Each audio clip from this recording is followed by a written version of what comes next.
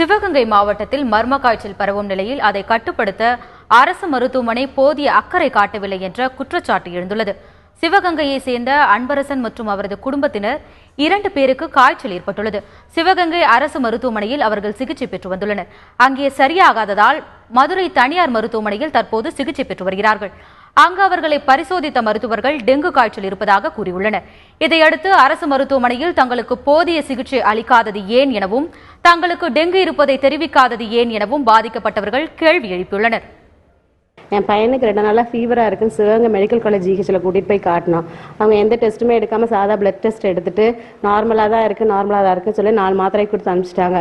அவனோட கண்டிஷன் ரொம்ப மோசமாக போனதுனால நாங்கள் தனியார் மருத்துவமனையிலே போய் காட்டினோம். அங்கே போனோன்னா தான் எங்களுக்கு தெரிஞ்சிச்சு டெங்குன்னு சொல்லிட்டு. இப்படியே பண்ணிட்டு இருந்தாங்கன்னா என்ன அர்த்தம்? டெங்குங்கிறது மறைக்க பார்க்குறாங்களா அரசாங்கம்? ஜிஹெச்சில் ஏன் மக்களுக்கு நல்லது செய்யணும்னு தானே நாங்கள்லாம் ஜிஹெச்சுக்கு போகிறோம், ஏன் இந்த மாதிரிலாம் பண்ணிட்டு இருக்காங்க? அதுக்கப்புறம் கார்பரேஷன்லேருந்து எங்களை கேட்குறாங்க, நகராட்சியில் உங்கள் பையனுக்கு டெங்கு இருக்குன்னு சொல்லிட்டு. அது எப்படி அவங்களுக்கு தெரியும்? ஜிஹெச்லேருந்து இன்ஃபார்ம் பண்ணதுனால தானே அவங்களுக்கு தெரியும். இதை மக்களுக்கு விழிப்புணர்வு ஏற்படுத்தணுங்கிறதுக்காக தான் நான் இதை சொல்கிறேன். ஜிஹெச்சில் இப்போ ஒரு 3 பேர்த்துக்கு சமீபத்தில் இன்னைக்கு டெங்கு இருக்குன்னு சொல்லியிருக்காங்க. இதை இப்படியே விட்டுட்டு இருந்தால் மக்களுக்கு எல்லாத்துக்குமே வரும். இதை சீக்கிரம் அரசாங்க நடவடிக்கை எடுக்குன்னு கேட்டுக்கிறேன். குடும்பத்தில் எனக்கு வந்திருக்கு, எங்கள் வீட்டுக்காருக்கு, எங்கள் மாமியாருக்கு எல்லாருக்குமே வந்திருக்கு. நாங்கள் 1 வாரமாக இங்கே மெடிக்கல் ட்ரீட்மெண்ட் எடுத்துகிட்டு இருக்கோம்.